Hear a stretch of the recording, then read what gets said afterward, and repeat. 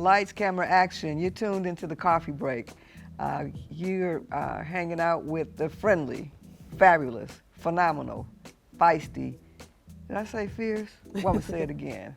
Laura Thompson, your friendly general manager and creator of TAN TV. We have a local feel and a global reach. And guess who we ran into today? I was just minding my own business, getting ready to take my normal coffee break, and I ran into Kathryn Brown. And if you don't know who Kathryn Brown is, you'll learn a little bit about her today. I'm going to allow her to introduce herself a little bit further, but I know that she works for the constable's office. The sheriff's office. The sheriff's office, I'm Yes. sorry. The sheriff. Mm-hmm. She works for the sheriff's office, and she's getting ready to make a great leap of faith and take a great leap of faith into an area that's been of interest to her for a little bit. So I'm going to let her talk about what she does now and what she's done, and then we'll talk about what she's going to do. So Kathryn, thank you so much. This is the fabulous, phenomenal Kathryn Brown, and I'm super excited that she has such a high position in the sheriff's department right now, but I'm super excited about what's going to happen in the future for her. And so tell us a little bit about why you even work in the sheriff's department and why are you in law enforcement? So basically, thank you first and foremost for having me here today. I really appreciate the opportunity to address your audience. Secondly, yes, I've been at the sheriff's office now for over 18 years. Wow. I was in my mid-30s when I decided to get into law enforcement. Wow. It wasn't something once I got to San Antonio that I just said, this is what I'm going to do. It just happened to be that prior to getting into this field, I owned a travel agency. Really? And it was at the time when 9/11 occurred, and a lot of people stopped traveling. So I just happened to go to a job fair. They were seeking the assistance of females. I was in shape, always been athletic, took the physical agility test, passed the written exam, and here I am 18 plus years later. Wow. So Yes, you had absolutely no thoughts about going into law enforcement? No. Not on a full capacity, let me take that back. I did dip in it in California, that's where I'm originally from. Okay. But not on a full-time basis. Okay. I had kids and I just didn't see that it would be fitting for me as a mom with kids at home. Wow. So how did you start off? What was your first line of duty or your first position? So when I started out at the sheriff's office, I was in about 6 months, and because of my athleticism, I was working in the jail, and I saw their CERT team, which is comparable to a SWAT team out on the streets. And I said, you know what, I may be 30 plus years of age, but I bet you I could pass that academy, and I bet you I could become a member of CERT, and I did. So I joined the CERT team. And then shortly after I joined the CERT team, maybe about a couple of years in, I was diagnosed with breast cancer. Wow. While working at the sheriff's office. So that kind of stunted my my law enforcement career a little bit, but not for long. I went through my chemotherapy treatments. I worked and went through chemotherapy treatments. I went through a divorce through chemotherapy treatments. And I also tested and made rank while I was on my chemotherapy treatment. So, Well, now, see, she's tough. so in terms of tenacity, I'm a force to reckon with, and God-fearing first and foremost. If it wasn't for him, I wouldn't be here Wow. to be able to have this conversation with you, of course. That's a big deal. So, So the CERT team, what exactly does that do? so any type of fights, any type of disturbances within the confinement of the jail, it's our tactical team that responds to it. Really? So we have the tactical gear, our batons, our mace, our pepper spray, things of that nature. Wow. So you deal with men and women, or just? Yes, ma'am. Wow. Men and women. Wow, don't mess with her. Yes, ma'am. Right. She may look quiet, but don't mess with her. But wow. So that's huge. So are you doing that same thing now, or what have you? So shortly after that, I was cured from cancer, and I became the Controlled Access Unit supervisor out at University Hospital. Okay. And I got real comfortable there and a little lazy, I have to be honest with you, because it was such a great position to have, and a lot of mentorship with my fellow officers took place there. So I was parked there for about 7 years. And then something came over me and said, okay, you're getting old. Do you want to stay here and be complacent? Or do you want to rank up and have a little bit higher level of a platform to make a difference? And so at that time, I started studying for sergeant and made sergeant and became the 3rd administrative sergeant of the sheriff's office. Wow. So, Wow. So that's where you are now? no, ma'am. So after I made sergeant, Just keeps moving on up. I decided, you know what? I've never seen a woman of African American race to become an honor guard member. Okay. So I tried out for the honor guard team and made it. Wow. So she keeps winning. Y'all better watch it. Didn't stop there. When Sheriff Salazar took over, he brought the mounted patrol unit and then re-implemented that with the sheriff's office. I said, man, I've ridden in the past, but I've never ridden, on a law enforcement capacity. So I'm going to take some lessons, and I'm going to try to join that team. And I did. And tell me what the name of the team is again? It's the mounted patrol unit. Wow. Where you actually have your own horse and you serve. Really? Yes, ma'am. You serve and Really? protect with that horse. What? Yes. Yes, ma'am. Wow. So how long have you been doing that? That has been about over a year now. Oh, okay. Yes, ma'am. So she just tries anything and everything. So if you're competing against her in any capacity or any level, you better watch it, because she's a quiet storm. But I'm humble. Right. I'm very modest.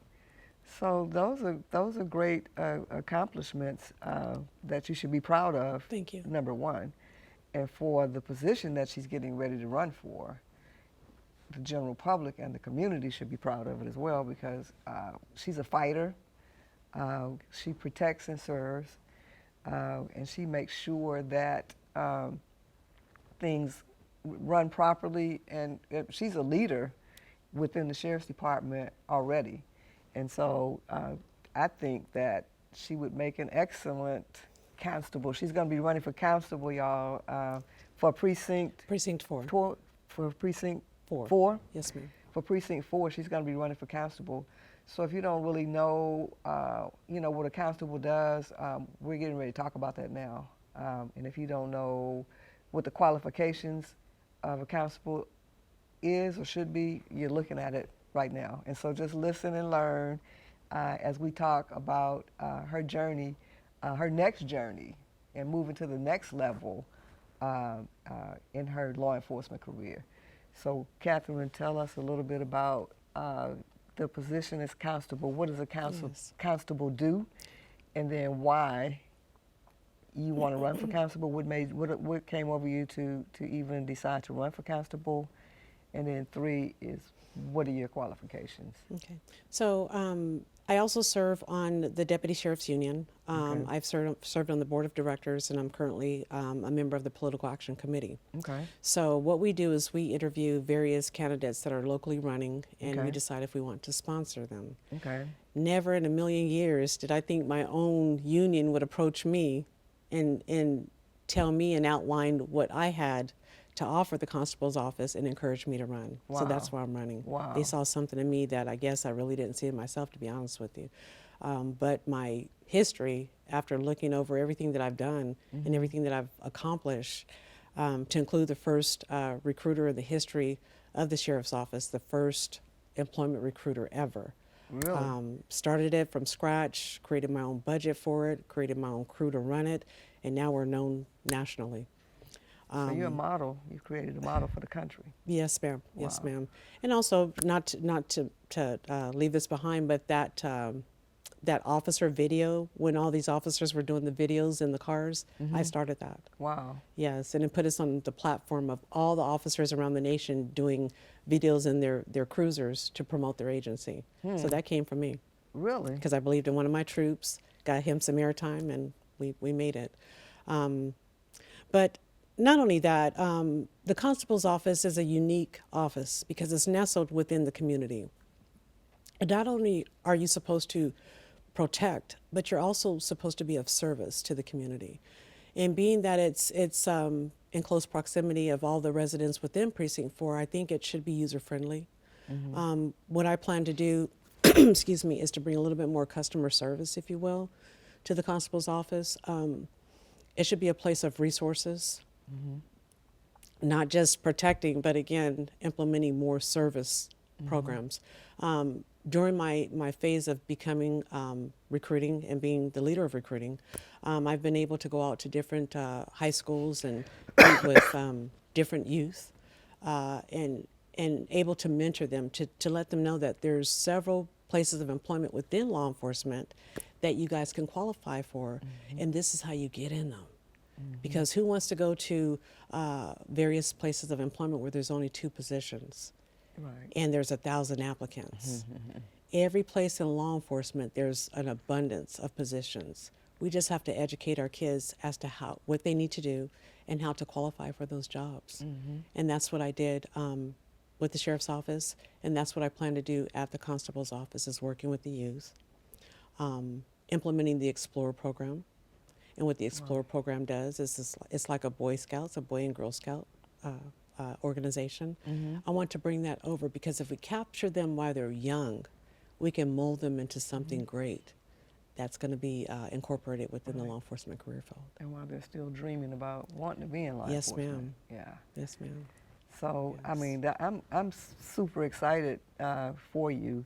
Thank you. And what's impressive to me is that your peers recognize your work. A lot of times, you know, it's a competitive environment where you're with Yes. your peers and your peers, you know, everybody's trying to get that one up or that leg up Yes. and get that recognition. But for them to actually come to you and give you a laundry list of items that says this is what you've done and this is how we feel that you qualify for this position, Yes. that's phenomenal. You know, you Thank couldn't you. ask for any more than that for those your peers to be your mouthpieces. Yes, and I'm so humble. I really am humble that, again, they saw something in me that I felt it was just my duty to do, you know? Right. And so for them to point that out, I was taken aback. Well, you've implemented some new programs that benefit the whole force too, and so and you've put the sheriff's department here in San Antonio on a national platform. Yes, So that's huge, and it benefits them. And Yes, so ma'am. everybody can, you know, stick their chest out about it. I mean, you implemented it, but it benefits, and it gives everybody that spotlight. So Yes. I think that's probably one of the things they might recognize is that you have the ability to do positive things for everybody. And you know what, Laura, I want to mention also that the sheriff's office and the constable's office, it's not about me. It's not about my troops. It's about the community. And it's about their needs. And how I plan to run my office is based on the overall desire of the community. I have the spiral notebook that I take when I go to engagements. And I want to know from the horse's mouth, what is it that they need? What is it that is currently going on that needs to be improved? Because I'm not going to assume this position and think I'm the end-all be-all and that I have all the knowledge that it takes to run an awesome Precinct 4 constable's office. I need the community's help. And that's who I'm going to reach out to in terms of improvement and innovation. Wow. So, So what are some of the new things that you want to bring to to this make it more position? user-friendly, I keep hearing that a lot of people didn't know or don't know who the current constable is. And I need to make sure that my office, my deputies, as well as myself, is visible and approachable. Okay. And when you're visible and you're approachable, people will want to join forces with you. And things that the community needs, if I can't do it within the color of the law that I'm running my office, I want to be able to provide them resources, get them engaged and plugged into agencies that can assist them. And that's what I plan to do. That's what I plan to bring to Precinct 4. Okay. So how do you go about getting people involved and with and how do you get your force involved with the community? I've learned from the best. I've learned from the sheriff's office, and they have an abundance of different programs that they offer. Citizen patrol, community awareness seminars, domestic violence programs. We have these little bumper sticker tags that we give out to different people in the community that they can actually come and retrieve from the sheriff's office. They just want to know where to go, what to do. And unfortunately, the law enforcement agencies become the doctors, the psychologists, you know, you name it, people expect for us to be there. And when you assume this position, again, it's not just about protecting, it's about serving as well. So what are some of the services that the constable's office provides? It's basically a oversees? civil organization. Okay. So writ of attachments, and I didn't mention I'm a realtor too. Uh-oh. So I've been talking to a lot of different landlords and real estate agents and whatnot, and people who choose to purchase properties and such, and they don't have a tenant that's adhering to the rules and whatnot. They're a little frustrated right now because it's taken a long time to get these individuals evicted. As a constable, and as you disperse your deputies out to evict these people, you have to have a certain tact and decorum about yourself to evict these individuals. So I've been hearing, and I can't say that this is true, that some of the officers don't have that that decorum about themselves when they go to evict people. Because when you are executing an eviction, you are executing a family. Somebody's going to be homeless, to include mother, father, sister, brother, kids, grandkids. So you have to have a little bit of tact when you engage in situations such as that. So sometimes when you work by yourself, you do what you wouldn't ordinarily do. Yes. If you were in a different work setting. So Yes. Yes. Truancies too. Recently here, I guess I don't know, within the past 10 years or so, if your child is truant, who gets blamed for it? It's the parents. So it's up to us, being that we're in that community, to educate these kids on the repercussions of being truant, the repercussions of skipping school.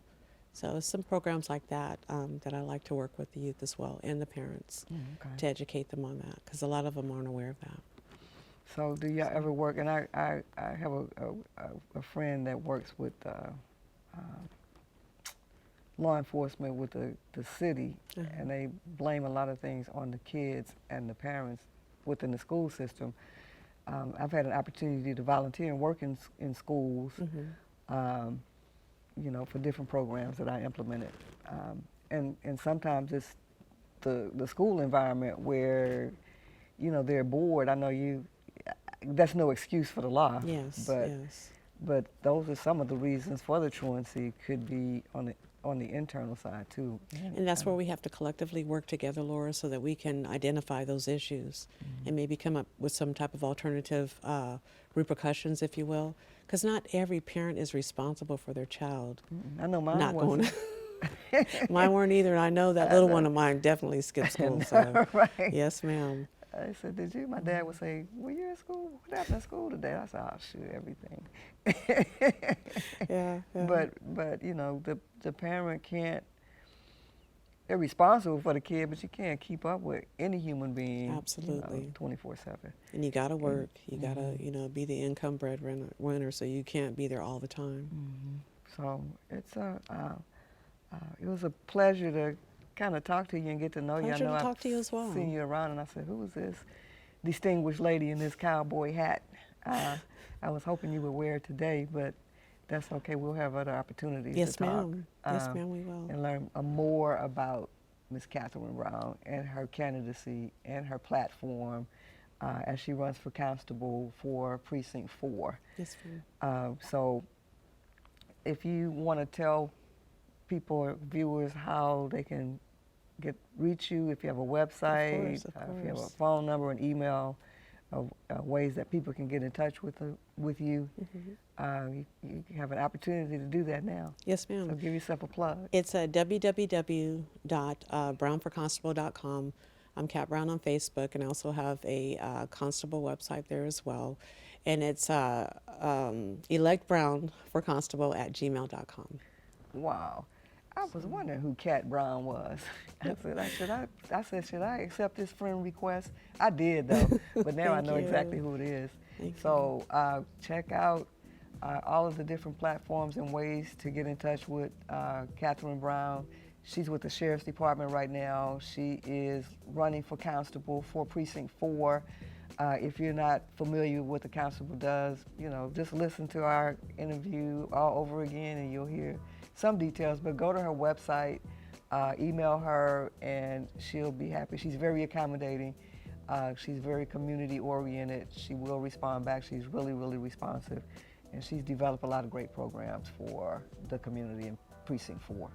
So thank you so much for Thank you for having hanging me. out I appreciate for a little you. bit. All Thank you, right, ma'am. no problem. Thank you. Ciao.